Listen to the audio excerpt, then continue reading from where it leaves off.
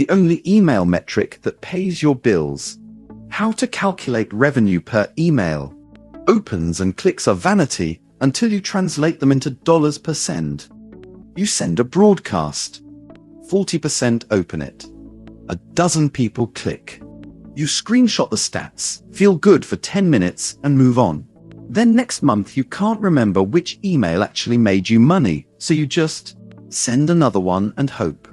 If that sounds familiar, you're optimizing for the wrong dashboard. Opens and click-through rates measure attention. They don't measure income, and attention without income doesn't pay your rent. There's exactly one number that does the job honestly. Revenue per email, or RPE. The total sales a broadcast generated divided by the number of people you sent it to. Why opens and clicks are lying to you. Open rate tells you your subject line worked. Click rate tells you your first sentence worked. Neither tells you whether the email made money, because plenty of people open, click, browse, and leave without buying. Meanwhile, a quiet, low open rate email that lands in front of 5 warm buyers can out-earn a viral feeling broadcast that gets opened by 2,000 cold subscribers who were never going to pay. If you're only watching the top of funnel numbers, you're grading your emails on a curve that has nothing to do with your bank balance. The reframe. Stop asking, did people open it? Start asking, what did this email earn? Per person on my list? That single shift changes what you write next. The formula? It's simpler than you think. Revenue per email. Total revenue attributed to a send o total recipients. If you emailed 1,000 people about your new template pack, and it generated $450 in sales over the next 72 hours, your RPE is $450, $1,000, $45. That's it. No advanced math, no attribution software. The reason this number matters so much is that it's comparable across every campaign you'll ever send, regardless of list size. A creator with 300 subscribers and a $0, 90 RPE is out-earning a creator with 30,000 subscribers and a $0, 02 RPE per send every time. This is also why RPE is a better growth compass than follower count. A bigger list with a shrinking RPE means you're diluting your audience with people who'll never buy. A smaller, better RPE means every new subscriber is worth actively chasing. If you haven't already, this is the moment to create your store and start building a list you actually own. One that isn't at the mercy of a platform's algorithm. How to trace revenue back to a single broadcast. The part creators usually get stuck on isn't the formula, it's the attribution. Which sale actually came from which email? Here's the practical method using store.fan's customer list and campaign tools. Note your send time. Every campaign you send through store.fan is timestamped, so you know exactly when it hit inboxes.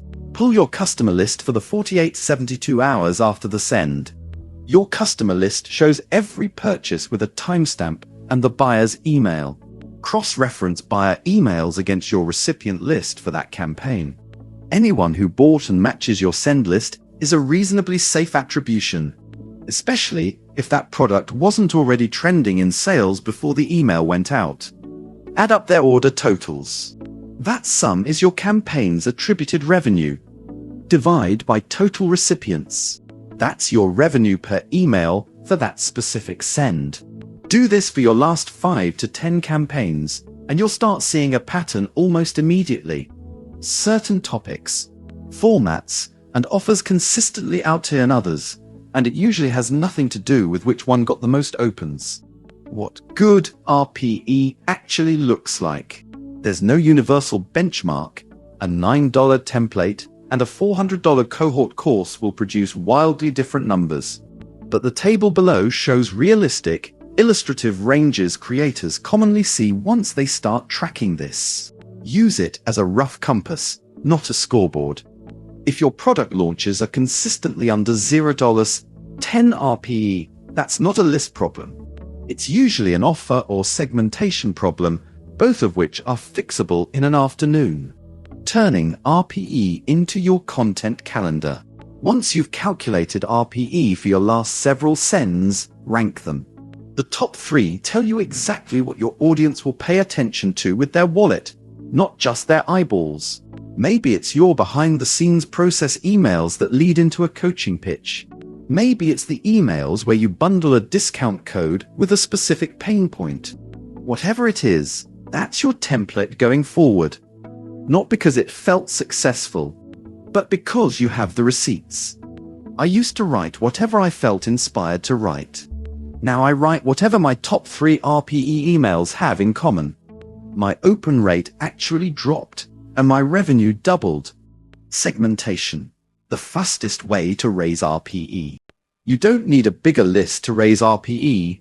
You need a smarter split of the list you already have. The single highest leverage move is separating past buyers from never-bought subscribers, because they need entirely different emails. Buyers respond to "here's what's new" and cross-sells. Non-buyers respond to free value and low-friction first offers.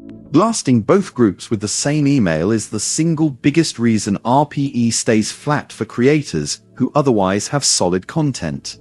Pull your last 5 campaigns and their recipient counts, match buyer emails from your customer list to each send window, calculate RPE for each campaign, revenue per recipients, rank campaigns highest to lowest RPE, identify what your top 2 campaigns have in common, topic, offer, format, CTA, split your list into buyers versus non-buyers for your next send, test a discount code exclusively for your buyer segment, and compare its RPE against your last general broadcast.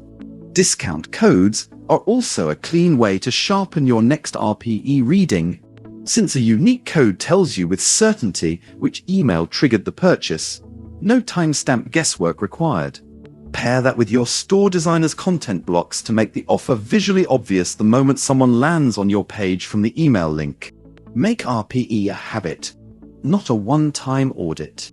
The creators who treat RPE as a quarterly curiosity get a nice insight once, and then drift back to guessing. The ones who win build it into their weekly routine. Send, wait 72 hours, calculate, rank, adjust. It takes 15 minutes and it compounds. Every campaign teaches you something the last one didn't, and within 2 or 3 months, you'll have a genuinely reliable playbook for what to send, to whom, and when. If your current setup makes this kind of tracking painful, it's worth checking pricing for a plan that includes the campaign and customer list tools built for exactly this, and browsing the blog for more guides on turning your list into real income. AQ. Revenue per email. Key takeaways. Revenue per email, RP. Total sales from a campaign or number of recipients. It's the one metric that tells you what to send next.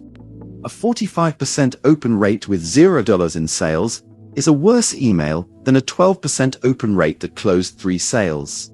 You can trace which broadcast drove which sale by matching your customer list against your order timestamps.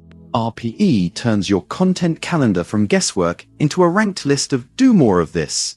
Segmenting your list, buyers versus non-buyers, active versus cold, is the fastest lever to raise RPE without writing a single new word. Start your creator store, free, at store.fan.